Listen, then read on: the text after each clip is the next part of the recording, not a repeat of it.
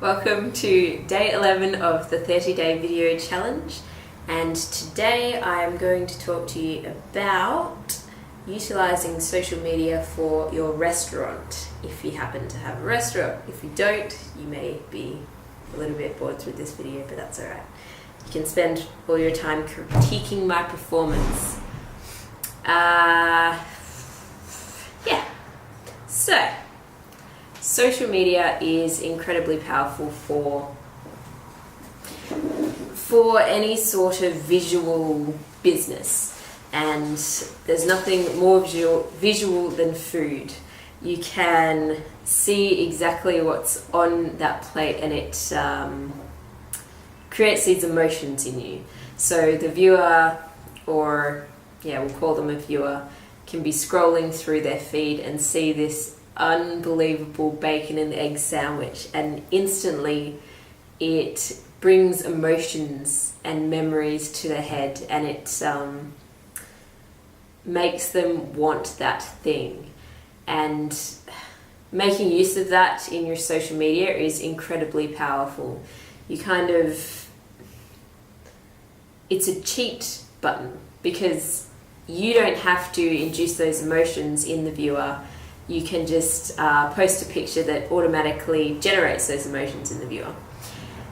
So this is why when you do have a visual business like this, it's the perfect platform to make use of social media. Two things that are distracting me a lot right now are people in the background, and whenever I move my arms, the camera is moving, so just ignore that. Don't do that. But I'm going to keep talking because it's a 5-minute video challenge. Alright, so back to the topic at hand. So we're going to talk about Instagram specifically for restaurants, just because, again, a visual medium, people are scrolling through, and food is huge on Instagram. The real power of Instagram in terms of restaurants is the locality. So you can use hashtags such as the city or a certain area within that. Say London has the boho area, stuff like that. You can use those sort of hashtags. You can also use hashtags such as, I know in Perth, one of the big ones is Perth Eats, and there are a lot of these hashtags for any city that you just kind of have to look them up in Instagram and find them, and they're like a shortcut to free advertisement to get your name out there. If you can rank highly on one of those hashtags, I've seen it in person, the next weekend you'll have lines out the door at your restaurant. It's become a bit of a sport now, as you'll see restaurants and cafes are creating ridiculous looking dishes just so they can get that spike in customers through some sort of social media post. I know you've all seen those ridiculously massive milkshakes with a cake on the top and 5 straws. So they're making use of that exact strategy, and it works. More power to them. It's great because it works. But as you're seeing nowadays, most of the time the food looks better than it actually tastes, because restaurants have clued onto this. You make some ridiculous dish that gets everyone in the door, and you don't actually have to focus that much on quality food.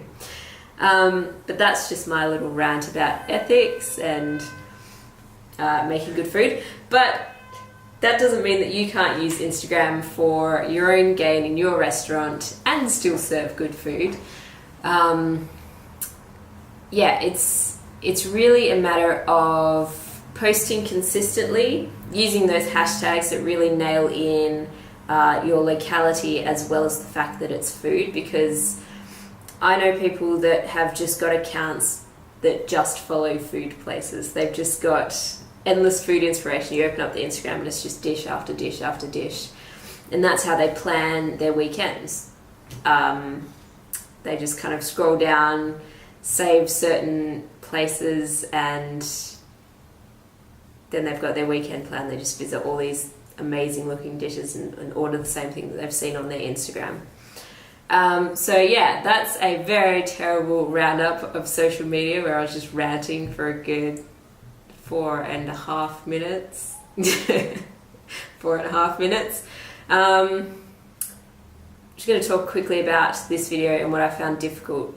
I didn't have a structure at first and chose the topic pretty much straight away, so I guess that was hard for me because I didn't really know what I was talking about. Also, having these guys in the background, for some reason I found very difficult. No, you don't have to leave, I'm just analysing the situation. But yeah, I think when you feel like you're failing and there are people watching, it makes it even worse. And all I could think about while I was trying to think about stuff to say about social media was, oh shit, I'm failing. Oh shit, they're seeing me fail. Oh God. And couldn't even put any thought power on what I was actually talking about. So I think that's pretty common in video, where you just get so caught up in the performance and thinking that you're sucking or wondering if you're doing it right that you can't really follow a logical train of thought in whatever you're trying to explain. So that's definitely something I will have to work on. And yeah, there goes the end of my 5-minute video. I will see you tomorrow.